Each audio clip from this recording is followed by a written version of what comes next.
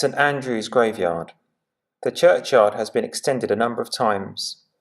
In 1791 by Sir James Tilney Long, then later in 1870 on the south side, and again in 1896 when the area to the west was added. St Andrew's Graveyard contains the remains of a fascinating range of people. Some graves are closely linked with faith in Rochford, including that of James Banyard, the founder of the Peculiar People. Banyard was born in 1800 when Rochford was a small collection of 180 houses centred around the market square and surrounded by fields of corn. In his early life he had a reputation as a disreputable drunk around the town, but became a convert to Christianity and joined the local Wesleyan chapel, becoming a keen local preacher. He would later have a fuller encounter with God and declare that man must be born again to receive God's Holy Spirit. He eventually led a breakaway group from the Methodist Church that met in his cramped cottage in West Street. After 2 years, the fledgling group moved to the premises in Union Lane, where the workhouse was, and then again after a further 2 years they moved to the old barracks near the current Marlborough Head pub. It was during this time that the group experienced God's healing power among them on a number of occasions, and took this to be a sign of God's favour on them. James Banyard would have followers across Essex as the movement spread, with 180 to 200 people coming along to his Sunday service in the newly built chapel in North Street. The group named themselves the Peculiar People and continued to spread throughout the region. The emphasis on healing would become the defining point. They would not permit any of the group to see a doctor, and this would lead to difficulties, especially when children from the group died. Eventually, Banyard was faced with a dilemma over the health of his own son and resorted to medical help. He then declared that faith and medicine can work together.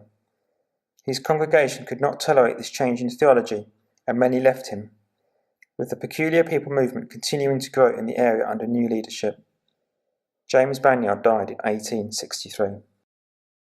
It is interesting to note that this group, which was at the forefront of spiritual experiences and practicing the gift of healing, would struggle in 1918 when the Pentecostal movement came over from America, bringing with it the gift of speaking in other tongues.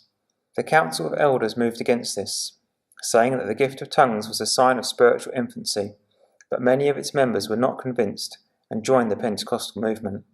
Several Pentecostal groups in Essex were founded by ex-members of the Peculiar People. Another grave just outside the porch belongs to Miss Augusta Twake.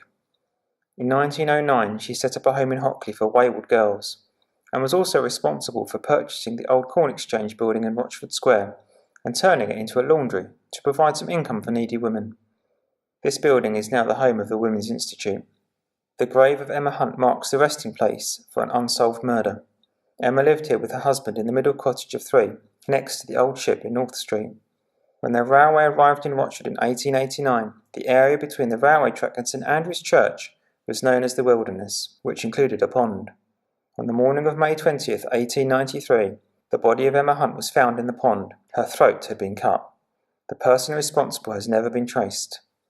Emma's gravestone has the appropriate inscription, "For God shall bring every work into judgment, with every secret thing, whether it be good or whether it be evil." Another set of graves marks the resting place of airmen based in the Rochford Aerodrome, who died in World War I. They are all placed together, with Commonwealth War Graves Commission headstones marking out 4 corners of a plot and 1 grave in the centre.